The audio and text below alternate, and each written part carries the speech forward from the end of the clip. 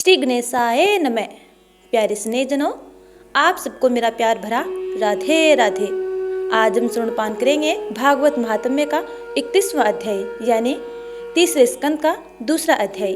कथा शुरू करने से पहले यदि अपने चैनल को सब्सक्राइब नहीं किया है तो चैनल को सब्सक्राइब कर बेल आइकन को जरूर दबा लीजिएगा ताकि आगे आने वाली वीडियो के नोटिफिकेशन आप तक टाइम पर पहुंचते रहें। आइए कथा श्रवणपान करते हैं। इस अध्याय में उद्धव जी भगवान की बाल लीलाओं का वर्णन करते हैं। तो आइए श्रद्धा, भक्ति और प्रेम के साथ श्रवणपान करते हैं।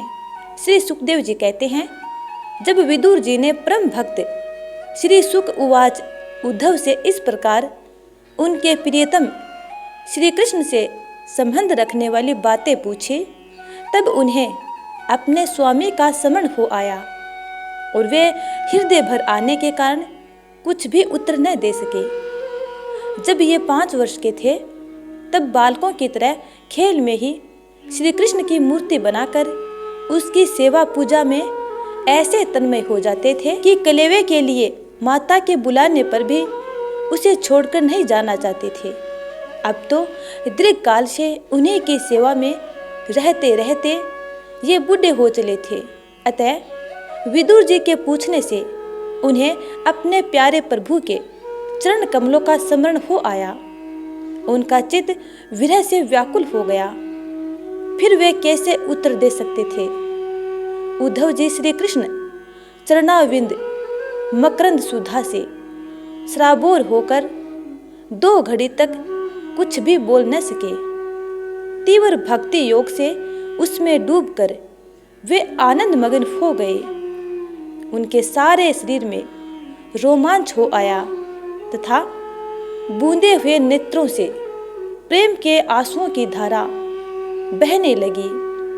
उद्धव जी को इस प्रकार प्रेम प्रवाह में डूबे हुए देखकर विदुर जी ने उन्हें कृतकृत्य माना। कुछ समय बाद जब उद्धव जी भगवान के प्रेम धाम से उतरकर पुनः धीरे धीरे संसार में आए, तब अपने नेत्रों को पोंछकर भागवत लीलाओं का स्मरण हो आने से विस्थित हो विदुर जी से इस प्रकार कहने लगे। उद्धव जी बोले, विदुर जी, श्री कृष्ण रूप सूर्य के छिप जाने से हमारे घरों को काल रूपी अजगर ने खा डाला है। वे श्रीहीन हो गए हैं। अब मैं उनकी क्या कुशल सुनाऊं। ओ, यह मनुष्य लोक बड़ा अभागा है। इसमें भी यादव तो नितांत भाग्यहीन हैं, जिन्होंने निरंतर श्री कृष्ण के साथ रहते हुए भी उन्हें नहीं पहचाना। जिस तरह अमृतमय चंद्रमा के समुद्र में रहते समय मछलियां उन्हें नहीं पहचान सकी थी। यादव लोग मन के भाव को ताने वाले, बड़े समझदार और भगवान के साथ एक ही स्थान में रहकर क्रीड़ा करने वाले थे। तो भी उन सब ने समस्त विश्व के आश्रय सर्वोत्तम श्री कृष्ण को एक श्रेष्ठ यादव ही समझा, किंतु भगवान को माया से मोहित इन यादव और इनसे व्यर्थ का पैर ठानने वाले शिशुपाल आदि के अवहेलना और निंदा सूचक वाक्यों से भगवत प्राण महानुभावों को बुद्धि भ्रम में नहीं पड़ती थी। जिन्होंने कभी तप नहीं किया, उन लोगों को भी इतने दिनों तक दर्शन देकर अब उनकी दर्शन लालसा को किए बिना ही वे भगवान श्री कृष्ण अपने त्रिभुवन मोहन श्री विग्रह को छिपाकर अंतर्धान हो गए हैं और इस प्रकार उन्होंने मानो उनके नेत्रों को ही छीन लिया है। भगवान ने अपनी योग माया का प्रभाव दिखाने के लिए मानव लीलाओं के योग्य जो दिव्य श्री विग्रह प्रकट किया था, वह इतना सुंदर था कि उसे देखकर सारा जगत तो मोहित हो जाता था। वे स्वयं भी विस्मित हो जाते थे। सौभाग्य और सुंदरता को पराकाष्ठा थी। उस रूप में उससे आभूषण भी विभूषित हो जाते थे। धर्मराज युधिष्ठिर के राजसूय यज्ञ में जब भगवान के उस नयनाभिराम रूप पर लोगों की दृष्टि पड़ी थी, तब त्रिलोकों ने यही माना था कि मानव सृष्टि को रचने में विधाता को जितनी चतुराई है, सब इसी रूप में पूरी हो गई है। उनके प्रेम पूर्ण हास्य विनोद और लीलामय चितवन से सम्मानित होने पर ब्रज बालाओं की आंखें उन्हीं की ओर लग जाती थी और उनका चित्त भी ऐसा तल्लीन हो जाता था कि वे पर के काम धंधों को अधूरा ही छोड़कर जड़ पुतलियों की तरह खड़ी रह जाती थी। चराचर जगत और प्रकृति के स्वामी भगवान ने जब अपने शांत रूप महात्माओं को अपने ही घोर रूप असुरों से सताए जाते देखा, तब वे करुणा भाव से द्रवित हो गए और अजन्मा होने पर भी अपने अंश बलराम जी के साथ काष्ठ में अग्नि के समान प्रकट हुए। अजन्मा होकर भी वसुदेव जी के यहाँ जन्म लेने की लीला करना, सबको अभय देने वाले होने पर भी मानव कंस के भय से व्रज में जाकर छिपे रहना और अनंत पराक्रमी होने पर भी कालिय वन के सामने मथुरापुरी को छोड़कर भाग जाना।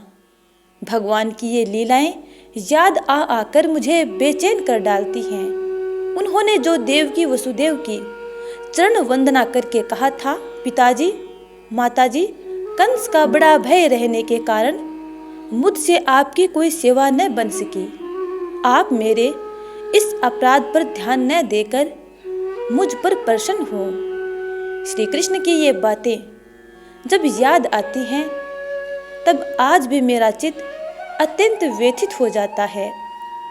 जिन्होंने काल रूप अपने भ्रुकुटी विलास से ही पृथ्वी का सारा भार उतार दिया था, उन श्री कृष्ण के पाद पद्म पराग का सेवन करने वाला ऐसा कौन पुरुष है जो उसे भूल सके।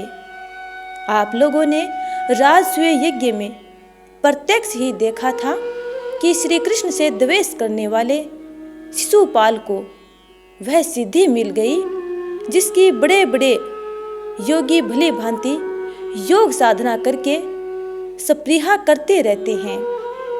उनका विरह भला कौन सह पा सकता होगा। शिशुपाल के ही समान महाभारत युद्ध में जिन दूसरे योद्धाओं ने अपनी आंखों से भगवान श्री कृष्ण के नयनाभिराम मुख कमल का मकरंद पान करते हुए अर्जुन के बाणों से बींधकर प्राण त्याग किया, वे पवित्र होकर सब के सब भगवान के परम धाम को प्राप्त हो गए।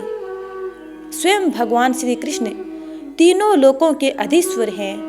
उनके समान भी कोई नहीं है, उनसे बढ़कर तो कौन होगा। वे अपने स्वतः सिद्ध ऐश्वर्य से ही सर्वदा पूर्ण काम हैं। इंद्र आदि असंख्य लोकपालक गण नाना प्रकार की भेंट ला लाकर अपने अपने मुकुटों के अग्रभाग से उनके चरण रखने की चौकी को प्रणाम किया करते हैं। विदुर जी, वे ही भगवान श्री कृष्ण राज सिंहासन पर बैठे हुए उग्रसेन के सामने खड़े होकर निवेदन करते थे, देव हमारी प्रार्थना सुनिए। उनके इस सेवा भाव की याद आते ही हम जैसे सेवकों का चित्त अत्यंत व्यथित हो जाता है। पापिनी पूतना ने अपने सतनों में हलाहल विष लगाकर श्री कृष्ण को मार डालने की नियत से उन्हें दूध पिलाया था। उसको भी भगवान ने वह परम गति दी जो धाय को मिलनी चाहिए। उन भगवान श्री कृष्ण के अतिरिक्त और कौन दयालु है जिसकी शरण ग्रहण करें। मैं असुरों को भी भगवान का भक्त समझता हूँ, क्योंकि वैर भाव जनित क्रोध के कारण उनका चित्त सदा श्री कृष्ण में लगा रहता है और उन्हें रणभूमि में सुदर्शन चक्रधारी भगवान को कंधे पर चढ़ाकर झपटते हुए गरुड़ जी के दर्शन हुआ करते थे। ब्रह्मा जी की प्रार्थना पृथ्वी का भार उतारकर उसे सुखी करने के लिए कंस के कारागार में वसुदेव देवकी के यहाँ भगवान ने अवतार लिया था। उस समय कंस के डर से पिता वसुदेव जी ने उन्हें नंद बाबा के व्रज में पहुंचा दिया था। वहां वे बलराम जी के साथ 11 वर्ष तक इस प्रकार छिप कर रहे कि उनका प्रभाव व्रज के बाहर किसी पर प्रकट नहीं हुआ। यमुना के उपवन में, जिसके हरे भरे वृक्षों पर कलरव करते हुए पक्षियों के झुंड रहते हैं, भगवान श्री कृष्ण ने बछड़ों को चराते हुए ग्वाल बालों की मंडली के साथ विहार किया था। वे व्रजवासियों की दृष्टि आकृष्ट करने के लिए अनेकों बाल लीला उन्हें दिखाते थे। कभी रोने से लगते, कभी हंसते और कभी सिंह शावक के समान मुग्ध दृष्टि से देखते।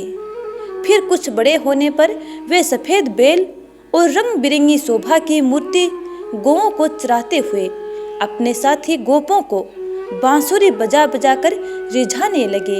इसी समय जब कंस ने उन्हें मारने के लिए बहुत से मायावी और मनमाना रूप धारण करने वाले राक्षस भेजे, तब उनको खेल ही खेल में भगवान ने मार डाला, जैसे बालक खिलौनों को तोड़ फोड़ डालता है।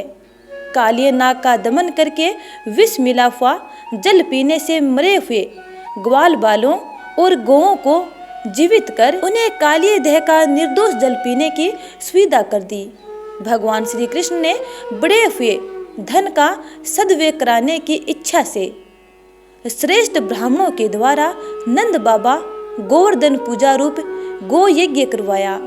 भद्र, इससे अपना मान भंग होने के कारण जब इंद्र ने क्रोधित होकर व्रज का विनाश करने के लिए मूसलाधार जल बरसाना आरंभ किया, तब भगवान कारणवश खेल खेल में उनके समान गोवर्धन पर्वत को उठा लिया और अत्यंत घबराए हुए व्रजवासियों की तथा उनके पशुओं की रक्षा की। और जब सारे वृंदावन में शरद ऋतु के चंद्रमा की चांदनी छिटक जाती, तब श्री कृष्ण उसका सम्मान करते हुए मधुर गान करते और गोपियों के मंडल की शोभा बढ़ाते हुए उनके साथ रास विहार करते।